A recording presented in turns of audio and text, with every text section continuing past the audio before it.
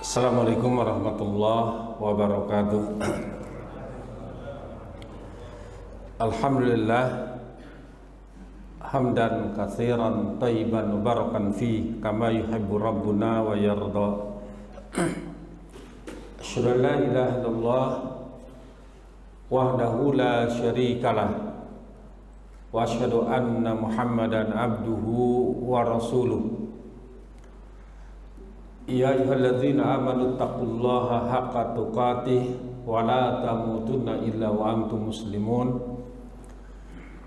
Ya ayyuhan nasu taqu rabbakumul ladzi khalaqakum min nafsin wahidah wa khalaqa minha zawjaha wa bassa minhuma rijalan katsiran wa nisaa'a wattaqullaha alladzi tasaaluna bihi wal arham innallaha kana 'alaikum raqiba.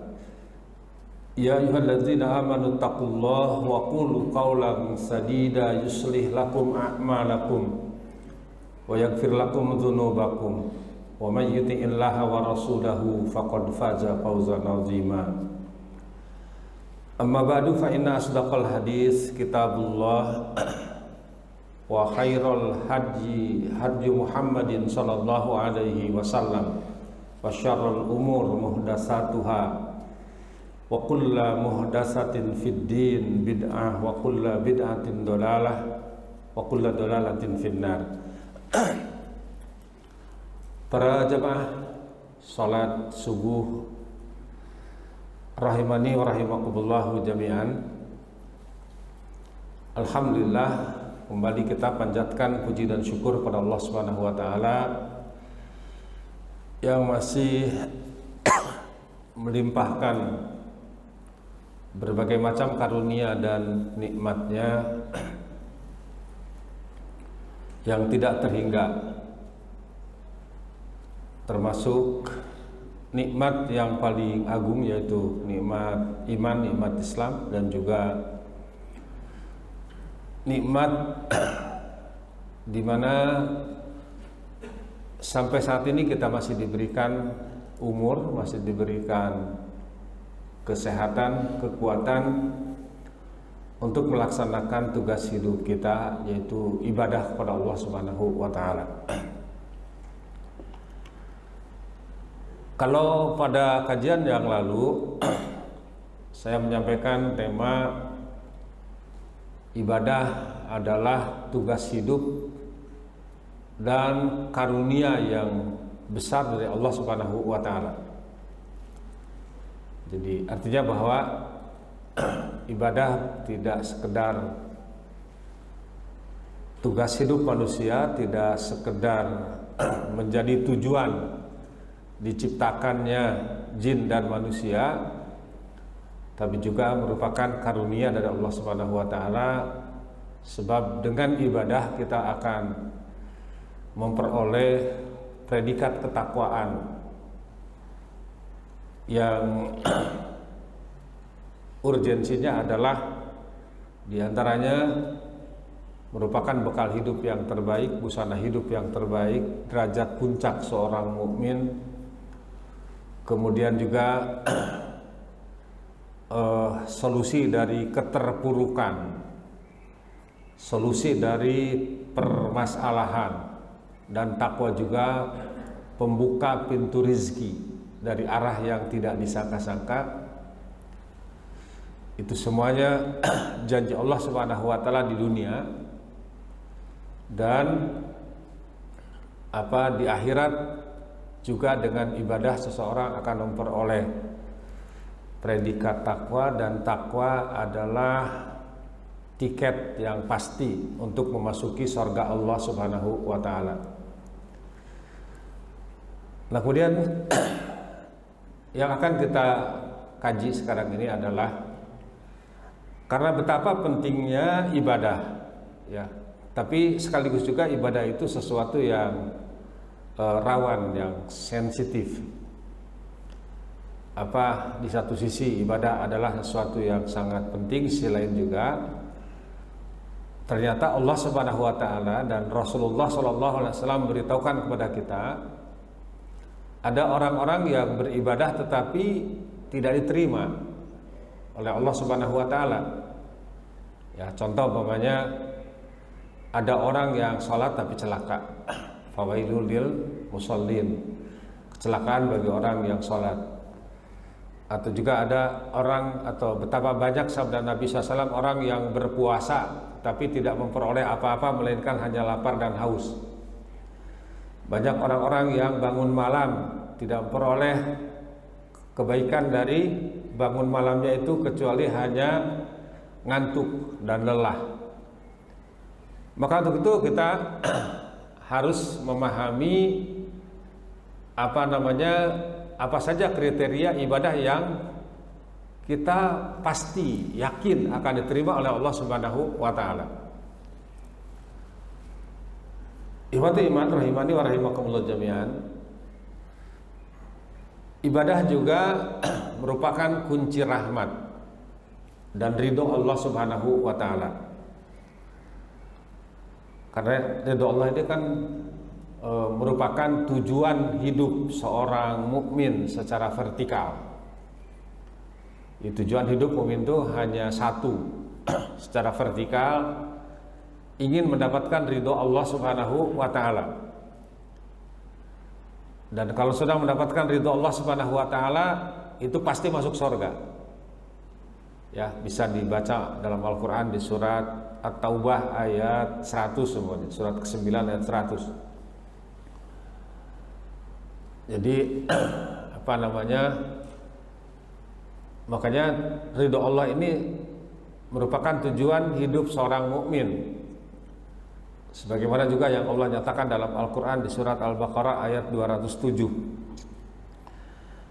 Wa minan nasi may yashri nafsahu libtigha'a mardatillah.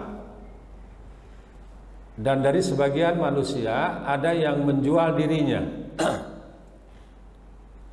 karena semata-mata mengharapkan ridho Allah Subhanahu wa taala. Jadi untuk mencapai ridho Allah ini apa saja diberikan, jangankan harta, nyawa sekalipun akan diberikan.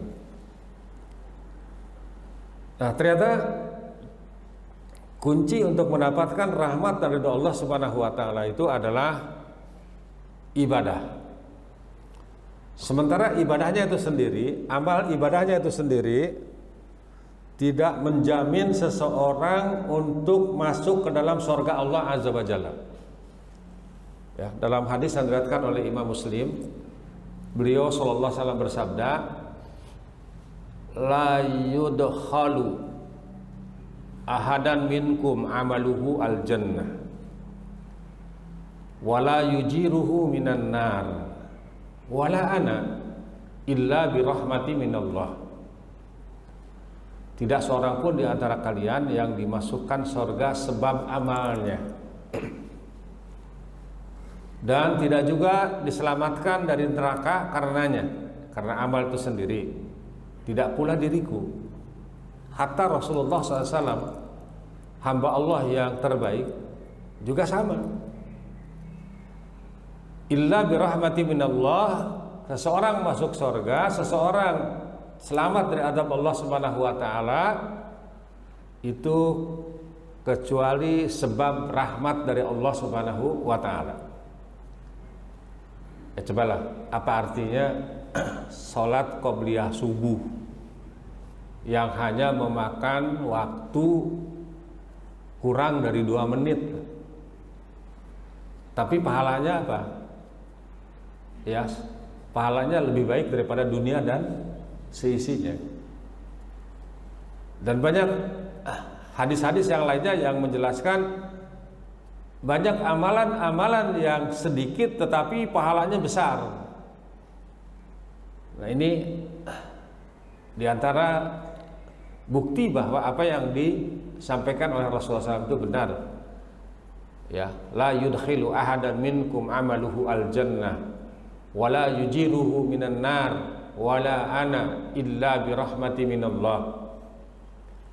Ya, tidak seorang pun di antara kalian yang dimasukkan surga sebab amalnya dan tidak juga diselamatkan dari neraka karenanya. Tidak pula diriku kecuali sebab rahmat dari Allah Subhanahu wa taala.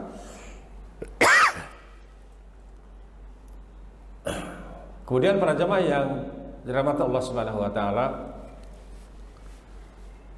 prioritas ibadah di dalam Islam adalah kualitas, bukan kuantitas. Stressingnya itu mutu, bukan jumlah. Jadi yang dilihat itu bobotnya.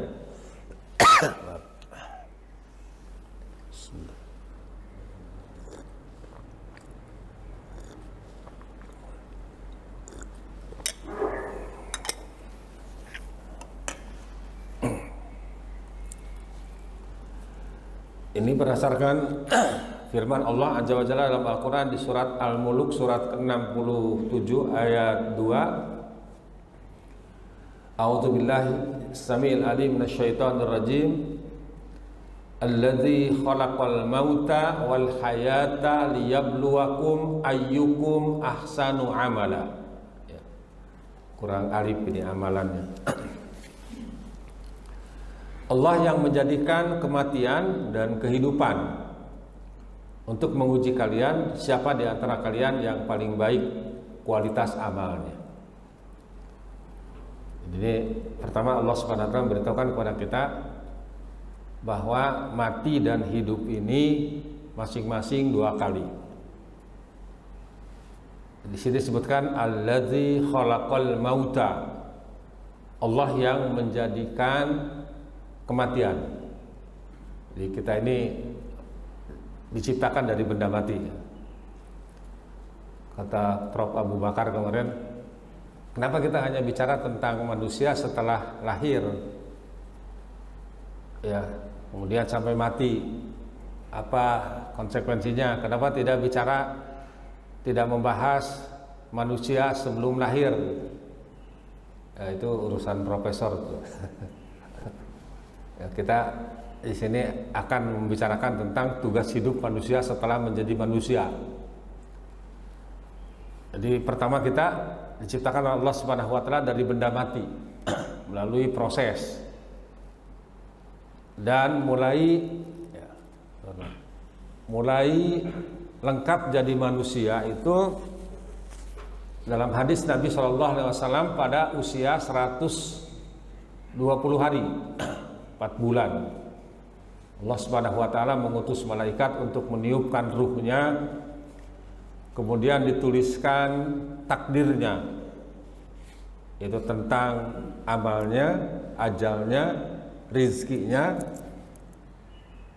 apakah dia akan bahagia, akan masuk surga atau celaka masuk neraka. Itu semuanya sudah ditulis di Lauhul Mahfuz 50.000 tahun sebelum Allah menciptakan langit dan bumi. Nah, jadi kemudian kita lahir di dunia, makanya sini wal hayata dan kehidupan. Untuk apa? Liyabluwakum ayyukum ahsanu amala. Hidup ini untuk diuji. Jadi artinya bukan hidup namanya kalau tidak pernah diuji. Ujian itu ada 2. Pertama ada ujian berupa kesulitan, bala bisyar. Yang kedua ujian berupa kesenangan, bala bil khair atau bala bil hasanat. Banyak orang yang lulus menghadapi ujian berupa kesulitan, tapi gagal tidak lulus menghadapi ujian berupa kesenangan. Ya, kata pepatah mengatakan lebih banyak semut mati karena manisan daripada semut mati karena cuka. Banyak orang yang diuji berupa kesenangan, kekayaan, jabatan, dia tidak sadar bahwa itu ujian dari Allah Subhanahu wa taala.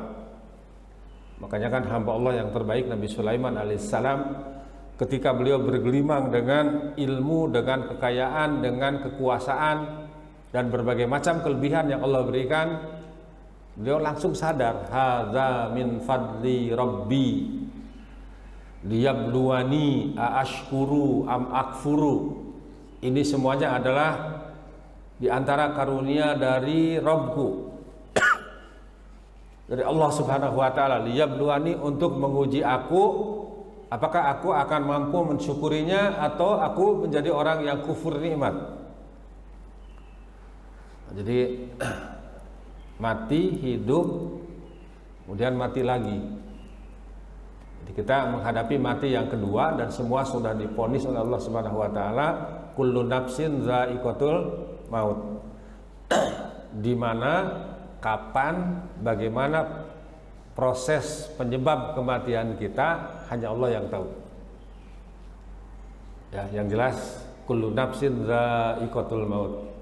Setiap yang bernyawa, ya bukan setiap orang yang sakit, setiap orang tua, bukan. Ya contoh barusan kita agak terlambat ke sini karena di jalan tol ada kecelakaan ya mobil penumpang nabrak mobil yang mengangkut ayam. Ya, hancur tuh mobil yang nabrak itu. Kalau lihat kondisi fisik mobil itu sepertinya ya orangnya itu meninggal. Allah alam. Ya, ayam itu pada berantakan pas mau keluar, mau ke sini ke tol Kebonjeruk. Kasihan tuh ayam masih pada berlarian, ada yang mati. Ya udah ajalnya ayam di situ. Nah, jadi kapan, di mana, bagaimana proses kematian seseorang itu hanya Allah yang tahu. Tidak usah diadakan riset, penelitian. Pesan Allah hanya satu apa? Wala tamutunna illa wa antum muslimun. Jangan sekali-kali kamu mati kecuali dalam keadaan Islam. Jadi apa namanya? Stressing dari ibadah itu, ujian itu agar memiliki amalan yang berkualitas, amalan yang berbobot. Ayyukum ahsanu amala. Siapa di antara kalian yang terbaik amalnya? Kemudian para jamaah yang dirahmati Allah Subhanahu wa taala, kenapa kita perlu mengkaji kriteria tolok ukur ibadah yang diterima itu seperti apa? Sebab berdasarkan berita dari Allah Subhanahu wa taala dalam Al-Qur'an dan hadis-hadis Nabi sallallahu alaihi wasallam, ternyata banyak orang-orang yang beribadah tetapi sia-sia. Ya. Contoh umpamanya dalam Al-Qur'an surat Al-Ghasyiyah ayat 1 sampai 3. Hal ataka hadisul ghasyiyah wujuhu yawma idzin khashi'ah amilatun nasibah. Sudah datangkah kepadamu berita tentang hari pembalasan? Di semua yang kita lakukan akan dibalas oleh Allah Subhanahu wa taala. Sekecil apapun, apalagi yang besar. Pada hari itu banyak manusia dengan wajah tertunduk terhina, raut wajah yang letih sebab kerja keras lagi kepayahan. Memang hidup ini capek. Ya. Tidak ada dalam kehidupan dunia ini yang tidak melelahkan. Semua melelahkan. Ya. Kita berjalan di atas ketaatan lelah. Berjalan di atas kemaksiatan juga lelah. Sama. Tinggal kita memilih yang mana. Kemudian juga di surat Kahfi ayat 103 dan 104 yang saya bacakan tadi ketika sholat. Qul hal nunabbi'ukum bil akhsarina a'mala alladzina dhalla sa'yuhum fil hayati dunya wa hum yahsabun annahum yuhsinuna sun'a. Ini bukan memponis, tapi kita mendapatkan kabar, berita dari Allah Subhanahu wa taala yang validitas kebenarannya pasti. Katakanlah oleh Muhammad, katakanlah olehmu orang-orang yang beriman, apakah ingin kami beritahukan kepada kalian tentang orang-orang yang perbuatan-perbuatan paling merugi, perbuatan-perbuatannya, amalan-amalannya paling merugi. Bukan hanya rugi. Kalau rugi itu khusrin kan. Innal insana lafi khusrin. Ini aksar. Pakai superlatif. Paling rugi, bangkrut, pailit. Beramal tetapi rugi gitu. alladzina dhalla sa'yuhum fil hayati dunya wa hum yahsabun annahum yuhsinuna sun'a. Mereka itu orang-orang yang usahanya sia-sia dalam kehidupan dunia ini, sedang mereka menyangka bahwa mereka itu berbuat sebaik-baiknya. Banyak orang yang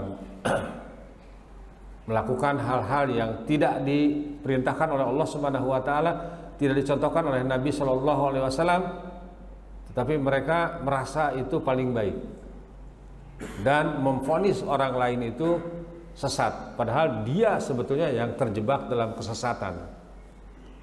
Ya, alladzina dhalla, orang-orang yang dhalla sa'yuhum, yang perbuatannya itu orang-orang yang orang yang terjebak di dalam kesesatan. Kemudian juga di dalam ayat yang lain disebutkan, tadi surat Kahfi surat 18 ayat 103 104. Di surat Fatir surat ke-35 ayat 37, ini juga berita dari Allah Azza wa Jalla. Digambarkan ada orang-orang yang ketika hidup di dunia ini dia optimis akan masuk surga langsung tanpa harus masuk neraka. Karena nanti itu manusia itu akan jadi dua, ya. Ada yang masuk surga, ada yang masuk neraka. Kalau sudah masuk surga itu udah aman, tidak akan masuk neraka lagi. Tapi yang di neraka itu ada dua, ada yang permanen, itu orang-orang kafir, orang-orang musyrik, itu di nerakanya permanen, tidak akan keluar lagi. Tapi ada orang-orang Islam yang berbuat maksiat sehingga harus dibersihkan dulu di neraka. Nah, ini dia sementara. Pada akhirnya insya Allah akan masuk surga. Makanya umat Nabi SAW walaupun sesat tetap dianggap umat Nabi gitu. Ya umpamanya kalau kita baca hadis tentang iftiraqul ummah, perpecahan umat Islam, kata Nabi SAW, sataftariku ummati ala salasati wa sab'ina firqatan, akan pecah umatku menjadi 73 golongan. Jadi yang 73 ini umat Nabi semuanya. Tapi kata beliau kulluhum finnar, semuanya masuk neraka, illa firqatan wahidah, kecuali yang selamat itu satu golongan. Ada yang bertanya kepada Rasulullah, man hiya ya Rasulullah, siapakah yang satu itu? Kata beliau, ahlu sunnah, dalam hadis yang lain al jamaah.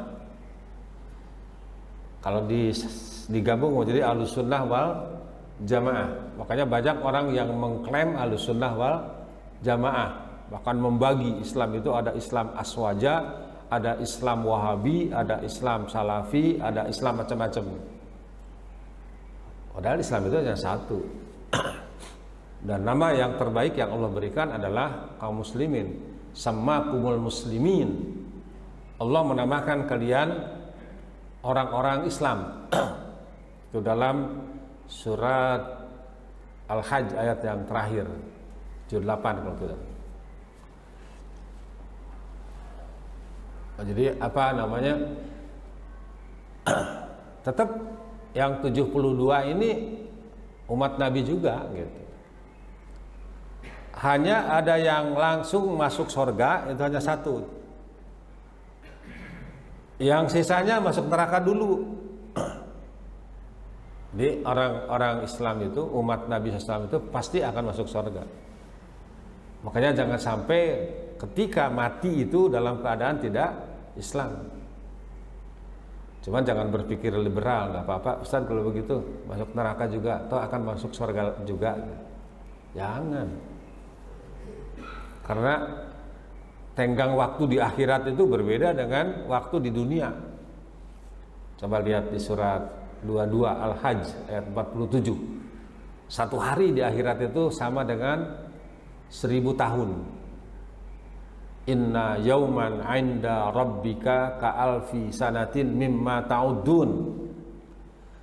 Sesungguhnya satu hari di sisi Tuhanmu di akhirat nanti sama dengan 1000 tahun yang biasa kamu hitung.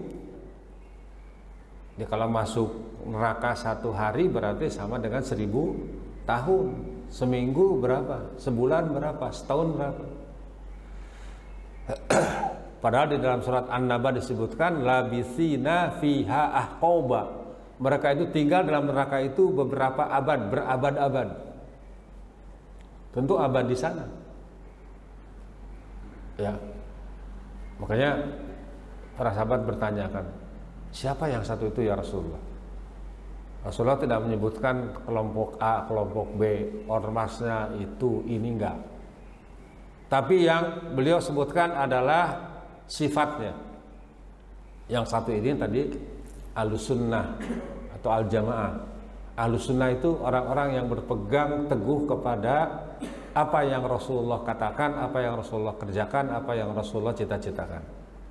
Yang berpegang kepada hadis Nabi SAW. Al-Jamaah, kata sahabat yang mulia Abdullah bin Mas'ud, adalah ma wafaqal haq wa in kunta wahdak. Orang yang berpegang teguh kepada kebenaran. Dan benar dalam Islam itu hanya satu, yaitu apa yang datang dari Allah Subhanahu wa taala, Al-Qur'an dan sunnah Nabi sallallahu alaihi wasallam, walaupun engkau sendirian. Itu jamaah. Jadi al-haq, Al-Qur'an dan sunnah sebagai imam, dia sebagai makmum. Nah, jadi apa namanya, Ahlussunnah wal Jamaah itu bukan komunitas. Tapi di situ juga bobot, mutu yang ditonjolkan. Atau dalam hadis yang lain disebutkan yang satu itu adalah as-sawadul a'zam, golongan yang mayoritas. Nah, yang mayoritas di Indonesia apa? Liberal. Bukan mayoritas sekarang, itu golongan mayoritas di zaman para sahabat. Dalam hadis yang lain disebutkan yang satu itu adalah ma'ana alaihi wa ashabi, golongan yang sejalan dengan aku dan dan sahabat-sahabatku yang mengikuti sunnah Nabi SAW dan sahabat Rasulullah SAW. Nah, nanti orang yang tadi itu yang ternyata dia di luar dugaannya, di luar keyakinan, dan ini pasti akan terjadi karena berita ini benar. Ini bukan sinyalemen, tapi ini adalah berita yang pasti dari Allah Subhanahu wa taala. Wa hum yastarihuna fiha rabbana akhrijna na'mal salihan ghairal ladzi kunna na'mal. Awalam nu'ammirkum ma yatadzakkaru fihi man tadzakkara wa ja'akumun nadhir fadzuku fama lidzalimina min nasir. Wahum yastarihun, dan mereka berteriak di dalam neraka itu. Kalau kita baca dalam tafsir itu, yastarihun itu yasrohun, menjerit-jerit, yasrohuna bisyiddah, menjerit-jerit dengan suara yang keras. Ya. Kemudian mereka mengatakan, Rabbana akhrijna na'mal salihan. Ya Allah, ya Rabb kami, keluarkanlah kami dari azab ini. Kami berjanji akan melakukan amal salih. Ghairal ladzi kunna na'mal, bukan amal salih yang ternyata salah yang pernah kami lakukan. Jadi dia beramal tapi salah gitu. Apakah mendapatkan jawaban dari Allah Subhanahu wa taala? Masih dijawab.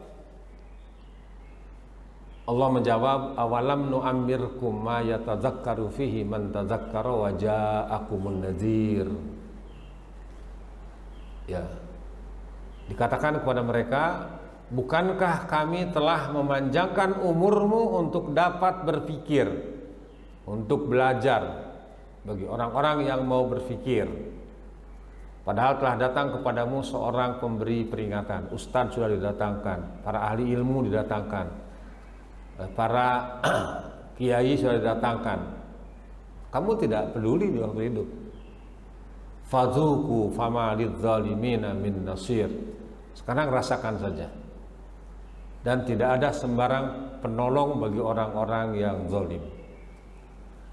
Karena dia menggunakan umur yang Allah berikan bukan untuk ketaatan, tetapi justru dipakai maksiat kepada Allah Azza wa Jalla.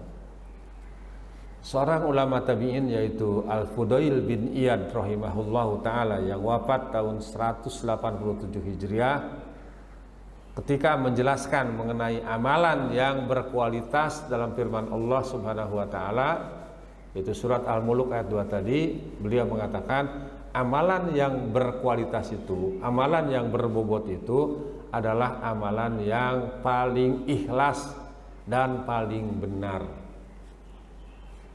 Ahlasuhu maaf, wa aswabuhu. Jadi yang paling benar, yang paling ikhlas semata-mata karena Allah Subhanahu wa taala dan paling benar. Ya, dan yang benar itu adalah yang mengikuti sunnah Nabi Shallallahu Alaihi Wasallam.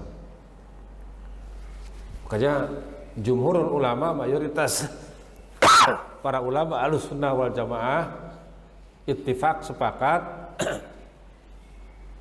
bahwa ibadah yang benar itu adalah ibadah yang memenuhi syarat dan rukun.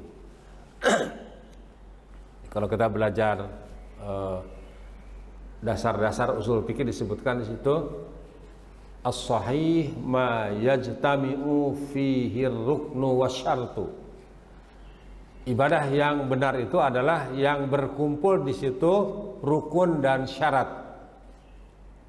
Apa itu syarat? Syarat itu sesuatu yang menentukan sah dan tidaknya ibadah, dan dia bukan bahagian dari ibadah itu. Contoh seperti syarat sahnya salat itu Islam, baligh, kemudian masuk waktu, menghadap kiblat, niat, itu kan di luar sholat semua. Sementara rukun juga sama, yang menentukan sah dan tidaknya ibadah seseorang, dan dia itu bagian daripada ibadah itu sendiri. Contoh seperti rukun sholat, mulai takbiratul ihram, kemudian berdiri bagi orang yang kuat, membaca surat Al-Fatihah, ruku, sujud, berdiri setelah ruku, duduk di antara dua sujud, dan yang lainnya. Itu kan bagian daripada sholat. Itu namanya rukun. Jika salah satu rukun itu juga tidak dilakukan, maka ibadahnya, sholatnya tidak diterima oleh Allah Subhanahu wa ta'ala. Yang pertama, ikhlas. Tidak ada pamrih kecuali ingin mendapatkan ridho dari Allah Subhanahu wa ta'ala, mengharapkan pahala dari Allah Subhanahu wa ta'ala. Kemudian syarat yang kedua, muttaba'ah, ittiba, mengikuti Rasulullah Sallallahu Alaihi Wasallam. Dan diutusnya Rasul itu untuk itu, agar memandu umat, agar memandu manusia supaya beribadah dengan benar. Jadi kalau ibadah boleh ngarang-ngarang, nggak usah ada Rasul. Ya. Dan Rasul diutus itu untuk itu. Coba lihat kembali di surat 16 An-Nahl ayat 36. Walaqad ba'asna fi kulli ummatir rasula an i'budullah wajtanibut tagut.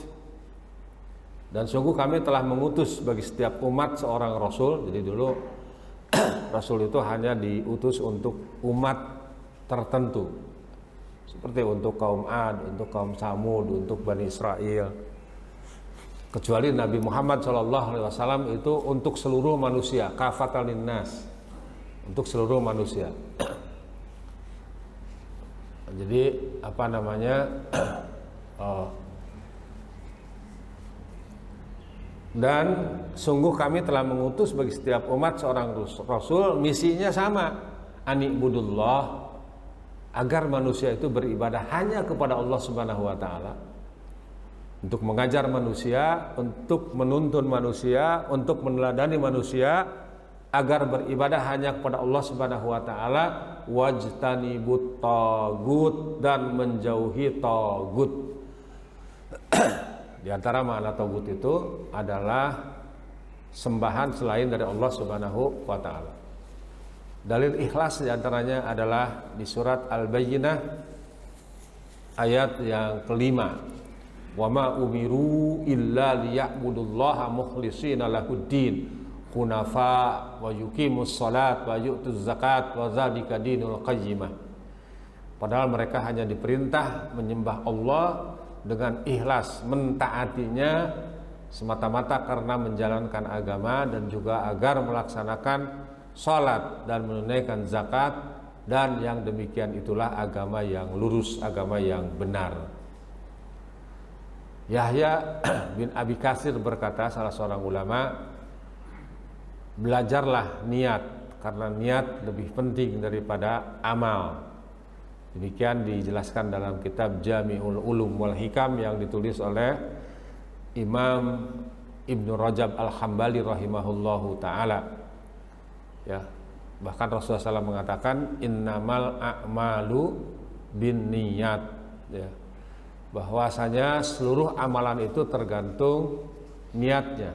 Innamal a'malu bin niyat wa innamal likulli imri'in ma nawa.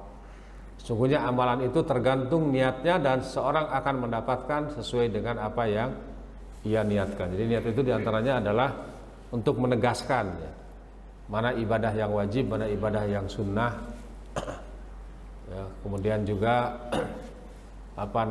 untuk meneguhkan hati kita bahwa dia beribadah itu hanya semata-mata mengharapkan pahala dari Allah Subhanahu wa taala. Adapun tempat niat itu sendiri adalah hati. Ya, saya pernah membaca dalam sebuah kitab atau kutem yang ditulis oleh Fadilatul Syekh Dr. Sa'id bin Wahab Al-Qahtani rahimahullahu taala, yang judulnya Syurutus Salat, syarat-syarat salat. Beliau mengatakan bahwa an-niyatu lughatul qalbi, niat itu bahasa hati. La yahtaju bin nutki, tidak perlu diucapkan. Kenapa? Karena Rasulullah SAW tidak pernah memberikan contoh seperti itu. Jadi cukupkan saja berdasarkan apa yang Rasulullah contohkan. Contoh salat namanya, beliau memerintahkan niat ini kan di luar sholat. Artinya seorang wudhu kemudian menuju ke masjid itu sudah ada niat di situ. Sementara awal sholat itu sendiri adalah takbir. Kata beliau SAW, idza qumta ila sholat fasbigil wudhu summa staqbilil kiblata fakabbir. Apabila kamu hendak mendirikan sholat, sempurnakan wudhu, menghadap kiblat, kemudian takbir Allahu Akbar. Ya, jadi niat itu dalam hati. Sungguhnya amalan itu tergantung niatnya, dan seseorang akan mendapatkan sesuai dengan apa yang ia niatkan. Kemudian yang kedua, syaratnya adalah muttaba'ah, ittiba. Ya, pertama kita harus yakin bahwa Islam ini sudah sempurna. Dalam ayat yang Allah turunkan ketika Nabi SAW melaksanakan haji wada, sampai Umar bin Khattab ketika mendengar ayat ini menangis. Ya, kenapa? Karena termasuk juga Abu Bakar sedih, karena ini menunjukkan misi Rasulullah SAW sudah selesai, dan mungkin beliau akan meninggalkan kita. Allah Subhanahu wa taala berfirman, al-yauma akmaltu lakum dinakum wa atmamtu alaikum ni'mati wa raditu lakumul islam madina. Pada hari ini telah aku sempurnakan untukmu agamamu, dan telah aku cukupkan kepadamu nikmatku, dan telah aku ridhoi Islam sebagai agama bagimu. Sikap kita bagaimana? Apa yang Rasul bawa, apa yang Rasul ajarkan, ambil. Dengan sikap sami'na wa ata'na, kami dengar dan kami taat. Dalam Al-Quran surat Al-Hasyr ayat 7 Allah memerintahkan wa ma atakumur rasul fakhudhuhu wa ma nahakum anhu fantahu. Apa yang diberikan Rasul kepadamu maka terimalah, dan apa yang dia larang kepadamu maka tinggalkanlah. Di ayat ini menjadi dalil tentang kewajiban ittiba kepada Nabi Shallallahu Alaihi Wasallam dalam segala hal, ya, menjadikan beliau sebagai uswah, sebagai teladan hidup. Kemudian Nabi Ibrahim alaihissalam Khalilullah, kekasih Allah Subhanahu wa taala, masih berdoa kepada Allah Subhanahu wa taala setiap kali selesai menunaikan satu ibadah. Beliau berdoa memohon agar amalan tersebut menjadi amalan mutaqabbala yang Allah Subhanahu wa taala abadikan di dalam Al-Quran. Jadi amalan mutaqabbala itu amalan yang diterima, dan itu juga doa yang diajarkan oleh Nabi Shallallahu Alaihi Wasallam kepada umatnya setiap ba'da subuh. Itu kan ada doa khusus. Apa doanya? Allahumma inni as'aluka ilman nafi'an wa rizqan thayyiban wa amalan mutaqabbala. Ya Allah, aku mohon kepadamu ilmu yang bermanfaat, rezeki yang baik, dan amal yang diterima. Ternyata ini sunnah Nabi Ibrahim alaihissalam. Dijelaskan dalam Al-Quran surat Al-Baqarah ayat 167, wa idh yarfa'u Ibrahimul qawa'ida minal bait wa Ismail Rabbana taqabbal minna innaka antas sami'ul alim.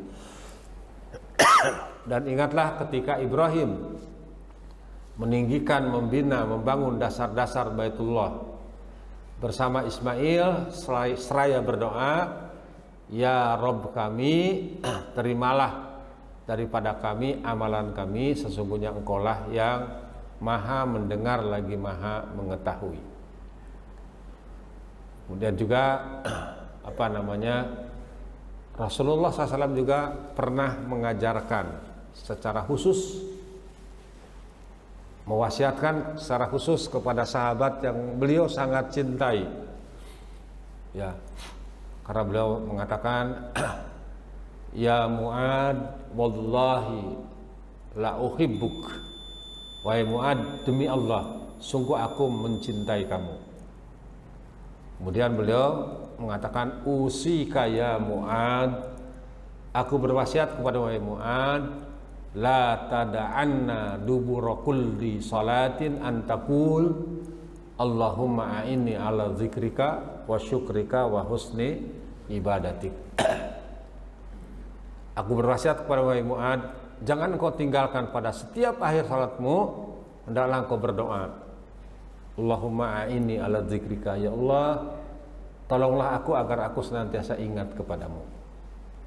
Ya, ini juga kita perlu, karena zikir itu zikrullah itu kebutuhan. Zikir itu dahsyat. Ya, dalam Al-Quran disebutkan bahwa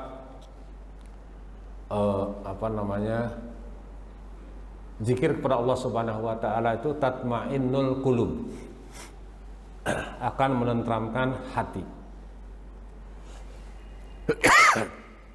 Makanya Rasulullah mengajarkan zikir pagi dan petang itu harus diperhatikan. Zikir itu dahsyat luar biasa. Contoh umpamanya Nabi Yunus alaihissalam ketika ditelan ikan, coba kita lihat dalam Al-Quran, apakah beliau pernah minta kepada Allah, ya Allah keluarkanlah aku dari perut ikan ini, ya Allah selamatkanlah aku dari perut ikan ini? Enggak, ya. Tapi beliau berzikir, dan zikir yang paling utama adalah kalimat tauhid, kalimat tahlil, ya, la ilaha illa anta subhanaka inni kuntu minadz zalimin. Tidak ada ilah yang hak untuk diibadahi kecuali Engkau ya Allah. Maha suci Engkau, inni kuntu minadz zalimin. Sungguhnya aku ini orang yang zalim. Iktiraf di situ. Di situ ada zikir, tasbih, kemudian pengakuan terhadap doa. Dan zikir doa itu bagian daripada ibadah. Dan itulah yang menyebabkan kenapa Nabi Yunus selamat dari kematian dalam perut ikan itu. Dalam kajian yang lalu saya sampaikan ayatnya.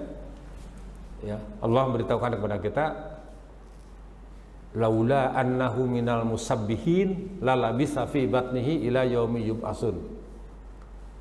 Seandainya Yunus itu bukan orang yang suka bertasbih, suka beribadah, suka berdoa, zikir kepada Allah Subhanahu wa taala, pasti kami akan membiarkan dia tinggal di perut ikan itu sampai hari kiamat.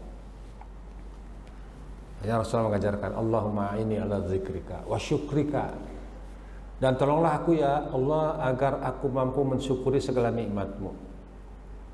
Karena ketika kita bersyukur Allah akan menambah, ketika kufur Allah akan murka. Kemudian yang ketiga, wa husni ibadatika, dan tolonglah aku ya Allah agar aku bisa beribadah dengan baik.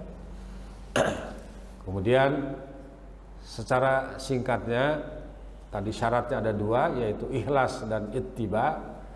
Rukun ibadah itu, pilar ibadah itu ada tiga. Pertama, mahabbah, rasa cinta. Di kita beribadah bukan terpaksa, bukan karena gengsi, bukan karena ikut-ikutan, tapi menunjukkan kecintaan kita kepada Allah. Dan cinta seorang mukmin kepada Allah itu sangat dahsyat. Dalam Al-Quran di surat Al-Baqarah ayat 165, walladzina amanu asyaddu hubban lillah, dan orang-orang yang beriman itu lebih dahsyat kecintaannya kepada Allah. Kemudian yang kedua, al-khauf, dibarengi dengan rasa takut. Takut akan azab Allah, takut akan murka Allah, takut akan maksiat kepada Allah Subhanahu wa taala. Kemudian rukun atau pilar yang ketiga, ar-roja, harapan kepada Allah. Maka seorang muslim beribadah kepada Allah karena kecintaan kepadanya, takut terhadap siksanya, dan mengharapkan pahala darinya. Kemudian dalil tentang mahabbah, ya, diantaranya tadi disebutkan di surat Al-Baqarah ayat 165. Dalil tentang al-khauf, rasa takut, dan roja itu bisa dibaca dalam Al-Quran di surat Al-Isra ayat 57. Ulaikal ladzina yad'una yabtaguna ila rabbihimul wasilah ayyuhum aqrabu wa yarjuna rahmatahu wa yakhafuna azabahu inna azabar rabbika kana mahdzura. Orang-orang yang mereka seru itu mereka sendiri mencari jalan kepada Tuhan mereka. Siapakah di antara mereka yang lebih dekat kepada Allah dan mengharapkan rahmatnya dan takut akan azabnya? Sesungguhnya azab Tuhanmu adalah sesuatu yang harus ditakuti. Mungkin sampai sini dulu.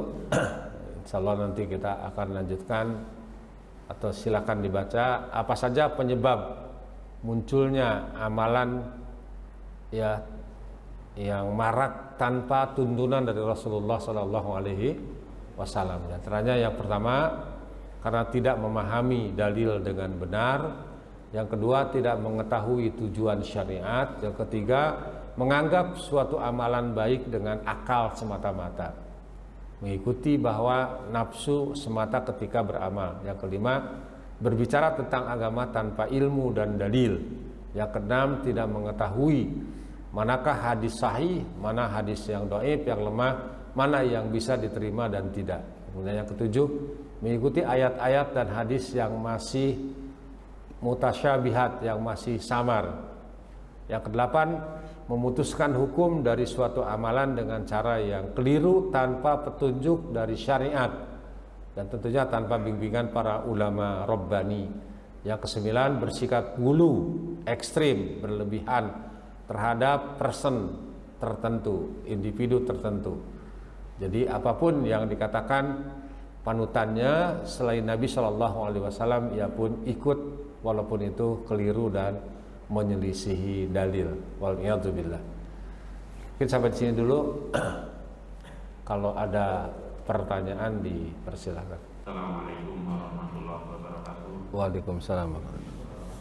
Apa mau nanya Ustaz tentang zikir pagi petang itu batasannya sampai jam berapa ya? Soalnya kalau misalnya ada kajian seperti hari ini misalnya itu keburu suruh atau nanti setelah suruh bisa dikerjakan atau gimana Ustaz?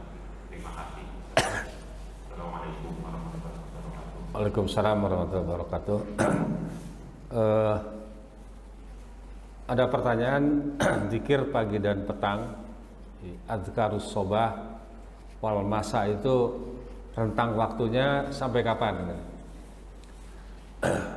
Kalau zikir pagi itu dimulai dari ba'da sholat subuh ya sampai sebetulnya afdolnya itu sampai waktu duha lah. Tapi kalau ada uzur gitu, sampai menjelang zuhur juga masih bisa. Sementara zikir sore, zikir petang juga dimulai ba'da sholat asar. Ya sampai kapan itu?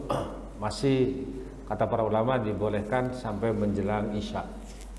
Jadi kalau sekarang pokoknya setelah pengajian kita zikir pagi di jalan atau di rumah atau di masjid masih bisa, insya Allah. Dan memang zikir pagi dan petang itu luar biasa. Ya, kalau kita membaca maknanya itu merupakan satu kebutuhan yang merupakan bagian daripada hal yang kita membutuhkannya. Contoh umpamanya ketika zikir pagi, di antara kalimat yang ada di situ adalah Allahumma inni as'aluka khairu hadzal yaum wa khairu ma ba'dahu. Ya Allah, aku mohon kepadamu kebaikan hari ini dan kebaikan sesudahnya. Wa na'udzubika atau wa'udzubika min syarri hadzal yaum wa syarri ma ba'dahu. Dan aku bermohon kepadamu, berlindung kepadamu dari keburukan hari ini dan hari sesudahnya. Kemudian juga diakhiri dengan Allahumma inni a'udzubika minal kasali wa su'il kibar. Ya Allah, aku mohon kepadamu, aku berlindung kepadamu dari sifat malas dan juga keburukan di waktu tua. Di banyak orang-orang yang baru usia 60 tahun sudah pikun. Tapi tidak sedikit orang yang 70-80 tahun masih seger. Diharapkan mudah-mudahan juga meninggal dalam keadaan husnul khotimah, dan masih banyak sekali. Dawamkan zikir pagi dan petang setiap hari, dan Rasulullah mengajarkan tasbih, membaca subhanallah wa bihamdihi itu setiap hari itu pagi dan petang itu 100. Kemudian istighfar, astagfirullah wa atubu ilaih juga 100 kali. Dan itu yang diamalkan oleh Nabi SAW, manusia yang terbaik yang pasti akan masuk surga. Jadi kalau kita meremehkannya keterlaluan gitu. Ya, jazakallahu khairan, wallahu a'lam bishawab. Misalkan ada seorang sudah ditakdirkan masuk neraka. Iya.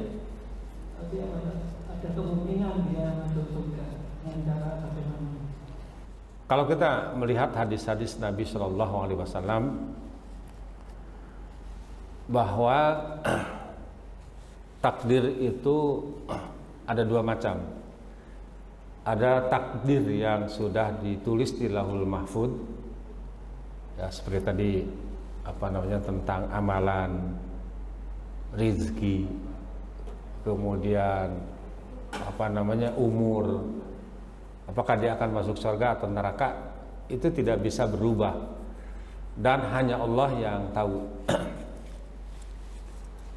Sehingga ada seorang sahabat yang bertanya kepada Nabi SAW, ya Rasulullah, kalau begitu kita tidak usah beramal, tunggu saja, toh kita akan masuk surga atau neraka juga sudah ditetapkan.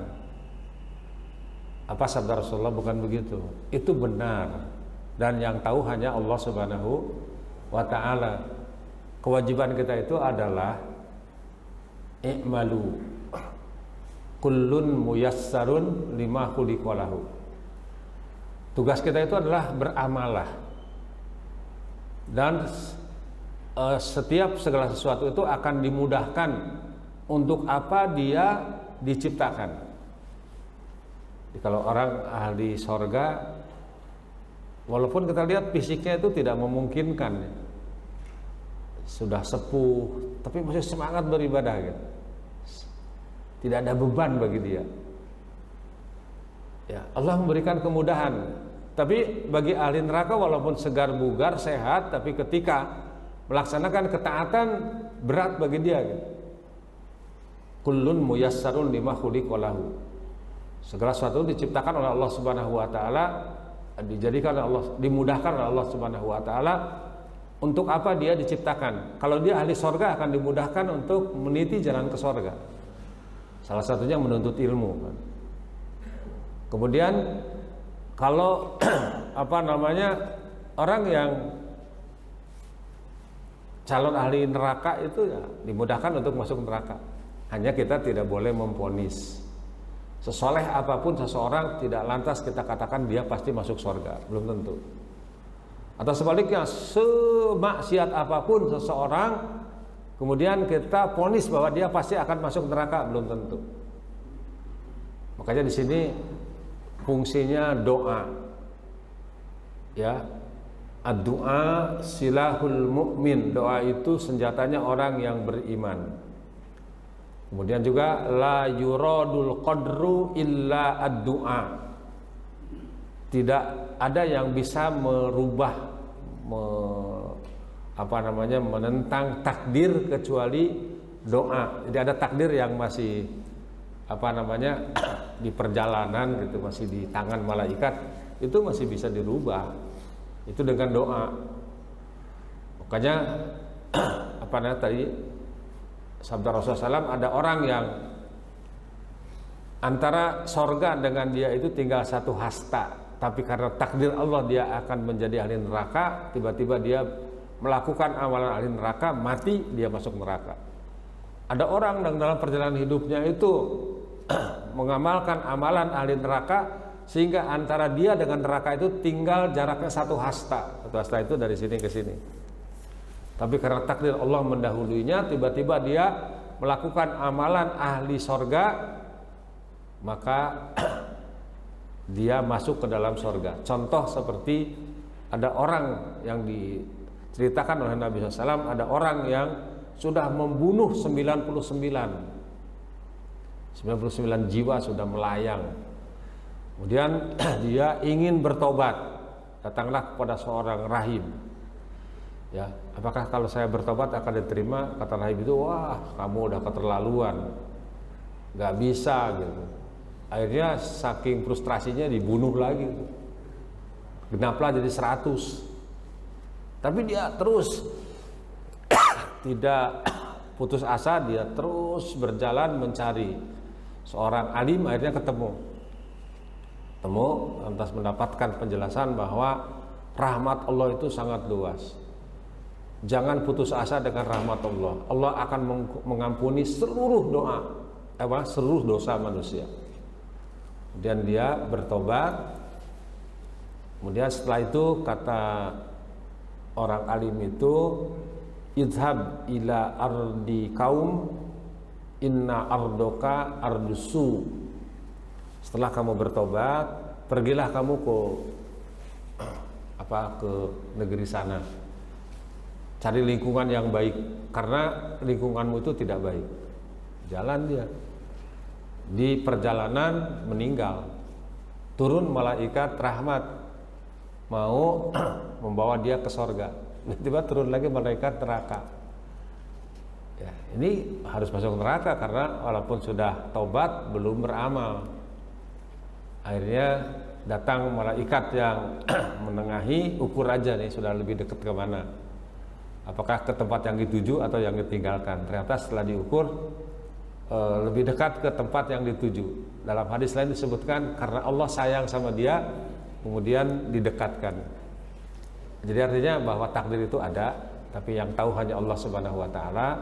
Kewajiban kita itu sebagaimana sabda Nabi SAW, berbuatlah, beramallah dengan amalan yang baik dan benar. Semoga Allah Subhanahu wa taala memberikan kemudahan kepada kita dan kita termasuk ahli sorga. Semoga Allah Subhanahu wa taala mengumpulkan kita semuanya di sorga Al-Firdaus Al-A'la ya. Wallahu a'lam bishawab.